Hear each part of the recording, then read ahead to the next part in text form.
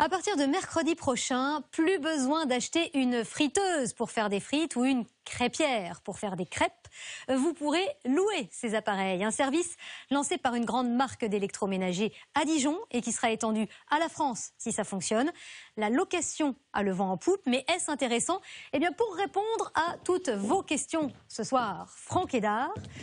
Franck, première de ces questions, comment fonctionne ce service de location? Bien déjà Nathalie, des sites de location avec des professionnels ou des particuliers, il en existe déjà beaucoup. Ce qui est nouveau dans ce cas, eh bien, c'est qu'un fabricant, Seb en l'occurrence, propose ce service. Ça répond à une demande puisque, vous le voyez, 8 à 10% des Français sont prêts à louer un appareil de cuisine. La location, Nathalie, se fait sur Internet. Ensuite, il faut aller chercher l'appareil dans un point de retrait. On trouve une pierrade, un appareil raclette ou bien un appareil fondu à partir de 9,99 € par jour. Vous êtes un cuisinier. Oui, ou encore une friteuse pour faire les frites. Oui, bien sûr. À partir de 12,99 €. Pour l'instant, c'est, vous le disiez, uniquement à Dijon et dans ses alentours. Après la location, les appareils sont nettoyés, testés et réemballés.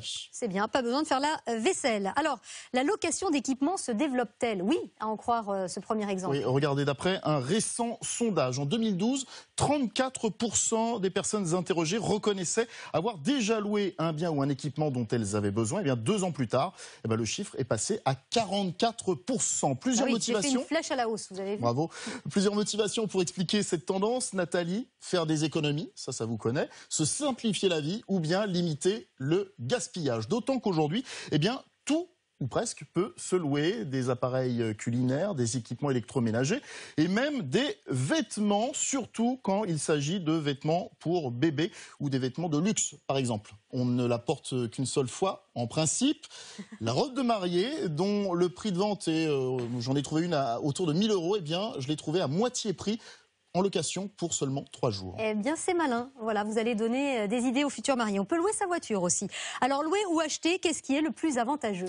Tout dépend de l'utilité que vous en avez. Si c'est un usage occasionnel, comme un nettoyeur de pression, il vaut mieux sans doute le louer au coup par coup. Et dans certains cas, la location longue durée vous offre aussi des garanties supplémentaires pour un coût généralement légèrement plus élevé. Prenons l'exemple du site Lokeo qui loue du matériel informatique et électroménager.